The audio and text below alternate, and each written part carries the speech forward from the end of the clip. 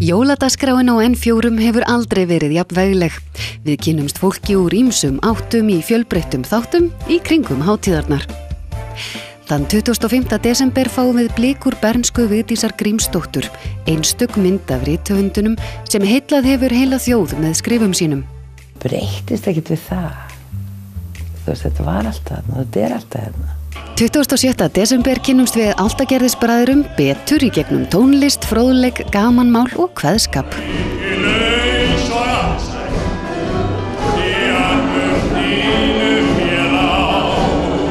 28. desember minnumst við gömlu dagana í gegnum filmusafn Gísla Sigurgeirssonar.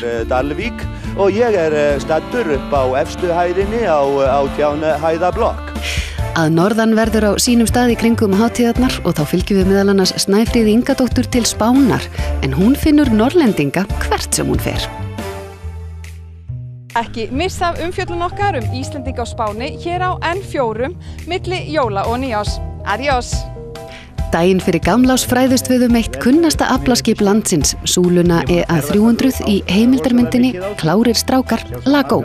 Þetta lapp upp á manni, það alltaf þetta lapp upp á dauðaluti.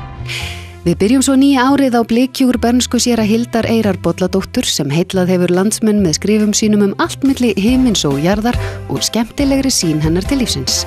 Hann náttúrulega fær örugglega 1.000.000 hugmyndir á mínútu og hann fær þessu hugmynd að fá Jón Pál, sterkasta mann heims, til að koma og lyfta steinunum. Þann 2. janúar kynnumst við öðrum presti sem lífgaði heldur betur upp á umhverfi sitt með óbilandi lífs- og starfsgleði. Séra Pétur Þórarinsson, prestur í Laufósi, var engum líkur. Og því ekki að gera öll til grína þessum veikindum og þetta hlutir sem maður þarf að lifa með og hafa það þá með í heildarmyndinni. Og laugardaginn 3. janúar sýnum við upptöku frá einni glæsilegustu tónlistarveislu sem haldin hefur verið á Íslandi. Tónleikarnir á Fiskidaginn mikla í boði Samherja, en þar komu meðal annars fram Eiríkur Hauksson, Matthías Matthíasson, Friðrik Ómar Hjörleifsson, Stefán Jakobsson, Erna Hrönn,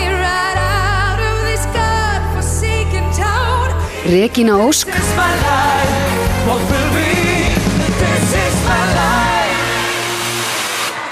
Selma Björns, Pétur Örn, Eyþór Ingi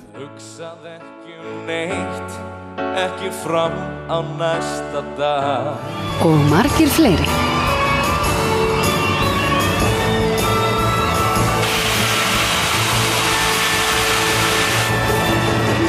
Svona eru jólin á N4 fyrir þig.